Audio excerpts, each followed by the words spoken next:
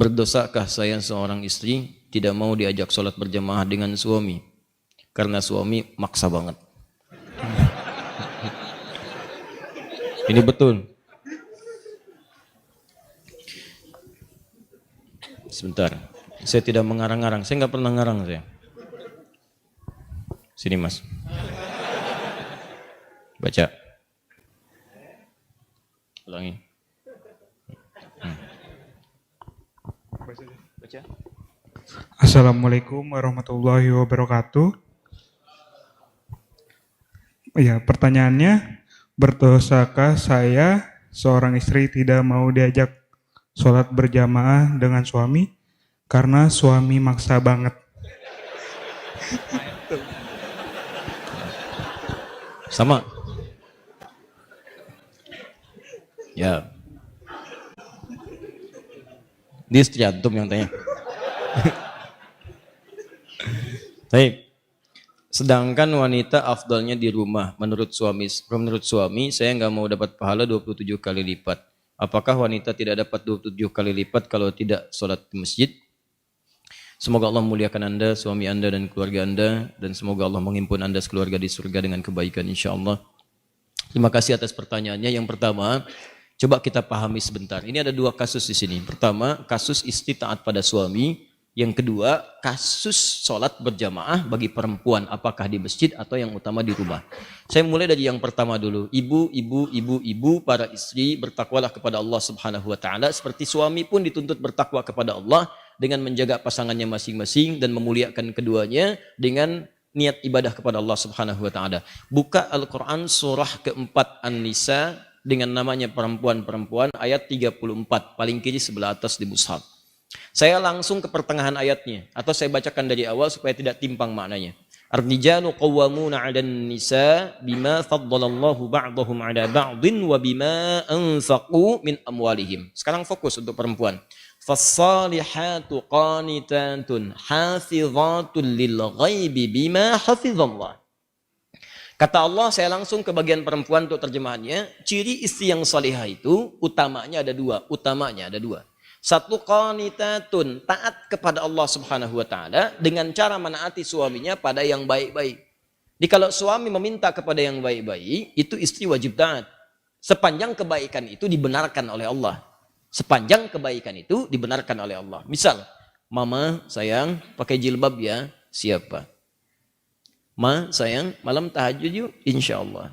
Mama ke taklim ya, insya Allah. Walaupun papa ke kantor, mama berangkat aja ikut tahsin, insya Allah.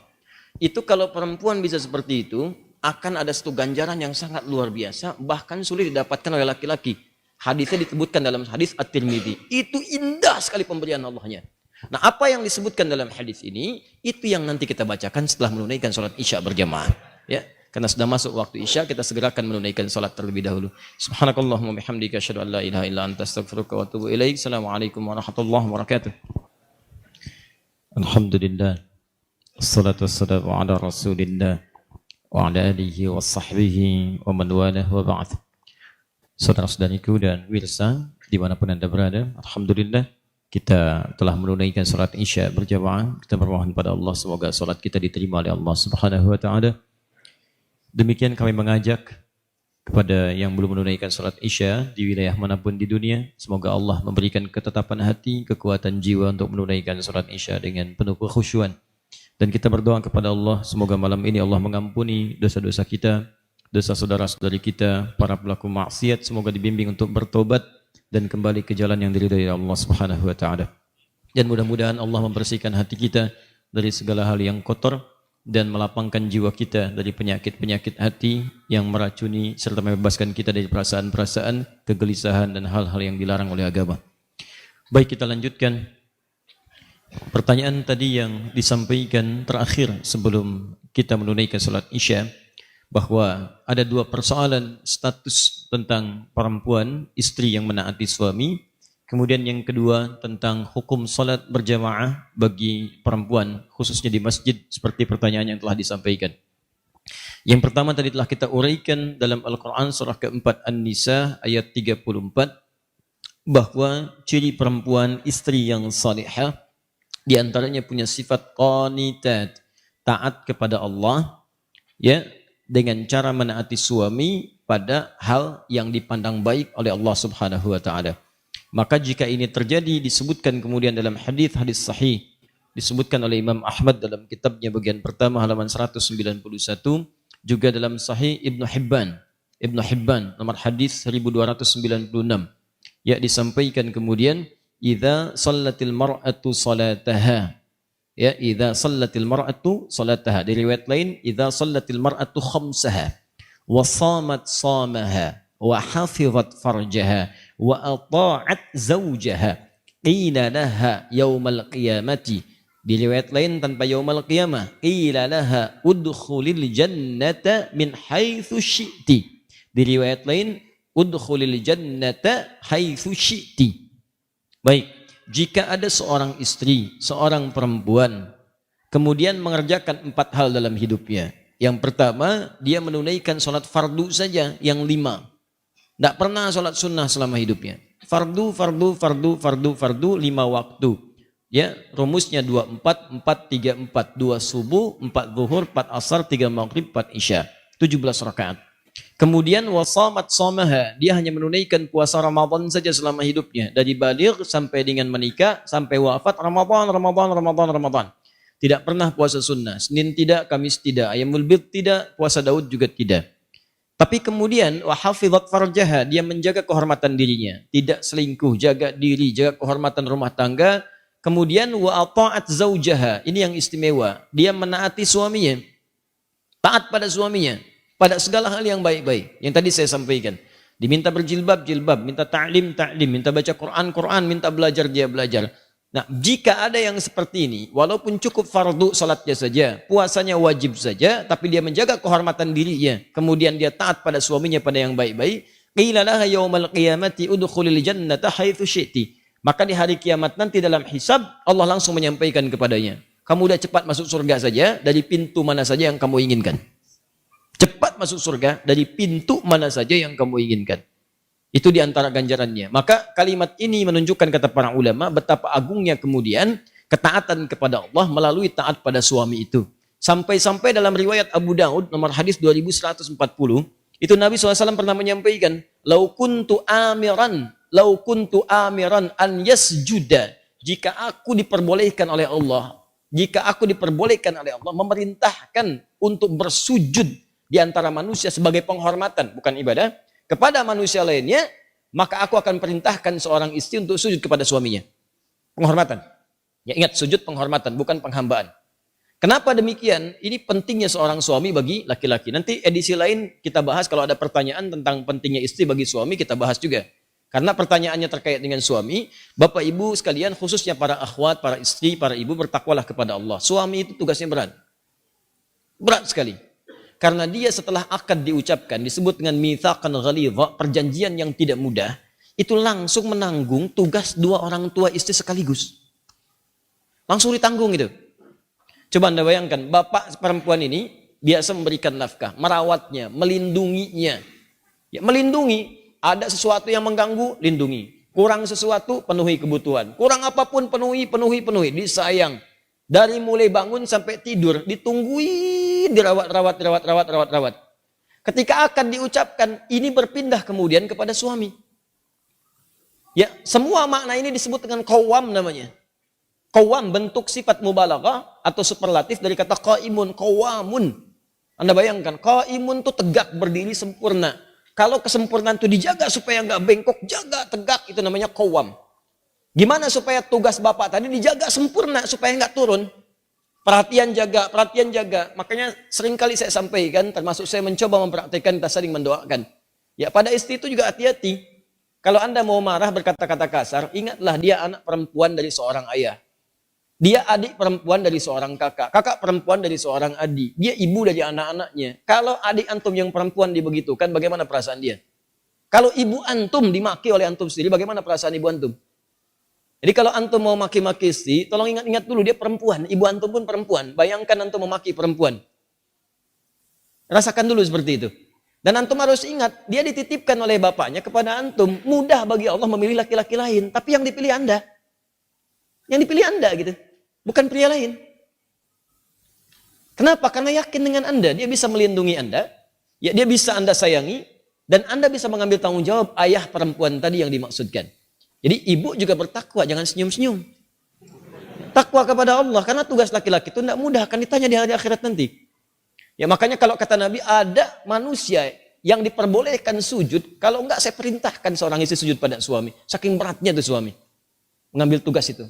Sama dengan tugas ibunya dulu, menyayangi. Dulu kan begitu, ibu kan kalau ada curhat tuh datang ke ibunya. Cerita, mama, si fulan kok sekarang perhatiannya kepada aku tinggi sekali. Ya, saat aku kuliah, bukan perhatikan guru, perhatikan aku. Ya, karena ketika aku tanya, kenapa sih kamu perhatikan aku terus? Itu, kerudung kamu warnanya lucu. Ya, bilangnya kerudung, padahal lihatnya orangnya gitu kan. Ya, lihat. Sampai dia berkata, aku menyayangimu. Terus aku katakan kepadanya, gombal. Kalau kamu sayang, tuliskan namaku di buku nikah kita. Tuliskan namaku di buku nikah kita. Besoknya datang ke rumah melamar. Berani-beraninya gitu kan. Begitu datang mengambil tugas ibunya. Kan curhatnya kepada suami, cerita pada suami. Bahkan suami pulang kantor langsung curhat. Tuh kan. Ada yang belum pulang ditelepon curhat juga.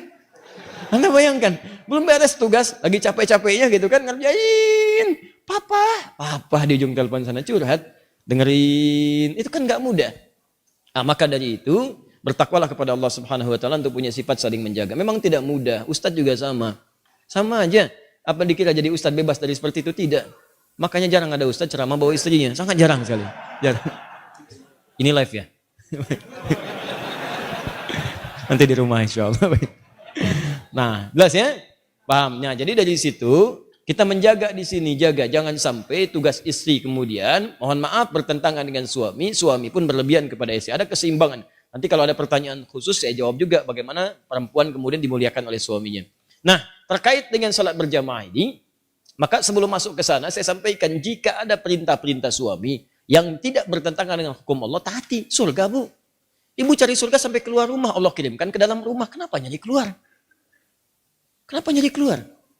Seorang ibu itu surganya banyak di rumah. Merawat anaknya, menyiapkan kebaikan-kebaikannya. Bu ya, ini saya kasih pesan nih. Ini di hadis Muslim nih.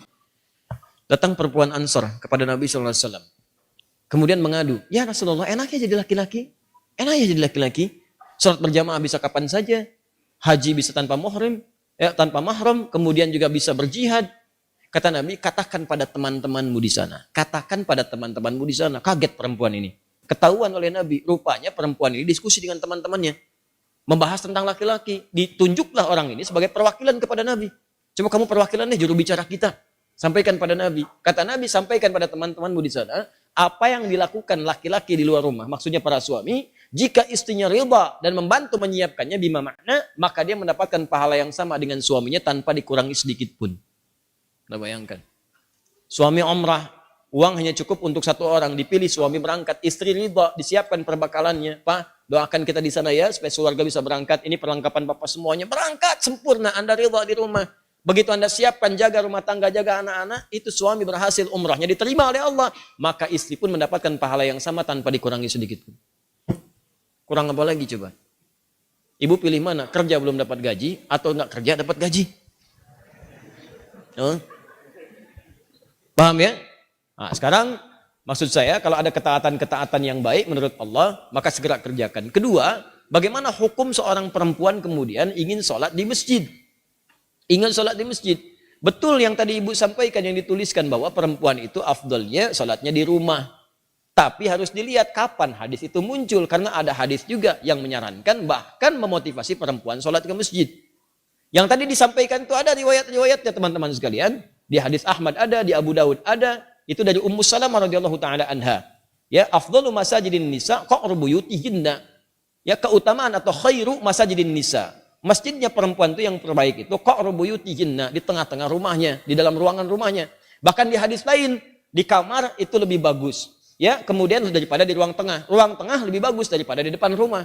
Artinya semakin ke dalam, semakin di rumah, itulah masjid terbaik bagi perempuan. Kapan hadis itu muncul? Ketika perempuan itu belum aman untuk ke masjid. Awal-awal dibangun masjid di Madinah, baik itu masjid Nabi yang kedua dibangun setelah Quba, kemudian orang-orang pada ke masjid, maka terjadilah 3 sifat yang jika ada 3 sifat ini perempuan dianjurkan di rumah. Dan nilainya sama dengan laki-laki ke masjid. Apa 3 sifat ini? Pertama, ada kewajiban yang berlaku bagi perempuan di dalam rumahnya. Sehingga prioritasnya di rumah bukan ke masjid. Misal, dia baru punya anak yang diberikan ASI atau anak yang harus dirawat, yang kalau dibawa ke masjid justru bisa memberikan gangguan kepada orang sholat yang lain dan bisa mengurangi rasa khusyuk. Rewelnya, belum disiapkannya, belum dikondisikan. Orang-orang dulu ngajak anak ke masjid itu sebelum berlangsung sholat sudah diperkenalkan dengan masjid. Misal sholat zuhur sekarang misalnya jam 12 kurang 10. Maka Anda jam 11 datang, jam 10 kenalkan masjid, lihatin ini tempat untuk khutbahnya, ini mimbarnya, ini saf-saf sholatnya, ini sholat seperti ini, seperti ini, seperti ini. Lihatin, kalau anak-anak itu wajar, memang anak-anak wajar. Kalau jalan, kalau lari, kalau macam-macam, biarkan dulu aja masuk dia, biarkan masuk. Lari-lari di masjid, lewat sana-sini, setelah dia mulai agak nyaman, baru sampaikan, ini rumah Allah. Allah yang sayang pada papa, yang memberikan rezeki, memberikan kau main-mainan, membuat kita nyaman hidup. Allah itu sayang. Rumah Allah beda dengan rumah kita. Masuknya kaki kanan. Ucapkan ini. Kalau kakak ucapkan ini, nanti tobotnya bisa ditambah. Masuk, ucapkan, masukkan kaki kanan, berangkat rapi dia. Begitu sudah mulai agak baik, ajaklah kemudian dalam sholat berjamaah, rapi dia. Dalam sholat dia rapi, setelah sholat lari, biarkan aja namanya anak-anak. Yang repot itu kalau ada orang tua kekanak-kanakan, habis sholat lari-larian. Itu yang repot. Kakek-kakek habis sholat main prosotan di situ, baru kita repot di situ. Kalau anak-anak ya biarkan aja namanya anak-anak. Naik ke punggung biarkan, Anda sholat sunnah dia naik biarkan, nggak apa-apa, nggak usah repot dengan itu. Ini orang tua sekarang repotnya, mohon maaf di rumah disuruh ke masjidnya bukan untuk sholat, malah disuruh main. Kalian ini rame aja di rumah, main sana ke masjid, ya main dia di masjid. Jelas ya? Maka itu poin untuk pentingnya. Maka yang pertama, kalau ada tugas perempuan di dalam rumah, memang hanya perempuan yang bisa mengatasi, maka yang afdol itu di rumah, jangan paksakan ke masjid. Suami dorong ke masjid, anak laki-lakinya dorong ke masjid. Dorong ke masjid, investasikan. Ayo nak ke masjid, ke masjid, ke masjid, ke masjid. Ke masjid, dorong. Antum yang perempuan di rumah. Itu afdolnya. Yang kedua, jika kemudian di jalan itu belum aman dari fitnah. Ini terjadi di zaman Nabi. Awal-awal dibangun Masjid Nabawi itu, bahkan jangankan ke masjid. Malam-malam itu suka buang hajat, tidak ada toilet. Yang ada itu kebun-kebun. Di kebun-kebun kurma, macam-macam. Perempuan-perempuan juga demikian. Begitu keluar sering diganggu oleh preman-preman Madinah. Awal-awal di Madinah itu ada preman. Ada, kemudian tobat. Jadi kalau ada preman sekarang, telat. Kalau nggak tobat, keterlaluan. Orang jahiliyah, tobat, preman, tobat, telat. Kalau sekarang ada preman, tidak tobat. Ya Alhamdulillah, Alhamdulillah. Kemarin-kemarin saya lihat ada banyak yang baik-baik. Saya waktu mengisi untuk persiapan Ramadan, itu Masya Allah ada teman-teman dari Pang. Sahabat-sahabat Pang, Masya Allah tampilan badannya macam-macamnya. Tapi Masya Allah tobat mereka. Begitu bertobat, hal pertama yang mereka lakukan adalah mengganti namanya. Dari Pang menjadi Pangajian. Ya, Pang jadi pengajian. Tobat. Nah itu diganggu perempuan-perempuan itu, sering diusilin. Sampai bahkan turun ayat tentang jilbab. Ya ayuhan nabiyyu qul li azwajika wa banatika wa nisa'il mu'minin yudnina min jalabibihinna. Hei Nabi, katakan pada istrimu, anak-anak perempuanmu dan perempuan-perempuan yang beriman, sampaikan pada mereka, rendahkan jilbab-jilbab mereka. Ya, asa an yu'rafna fala yu'dzain, sehingga mereka bisa dikenali dan tidak diganggu lagi. Turun ayat ini, turun tentang ayat merendahkan jilbab. Setelah itu masyarakat menyebar.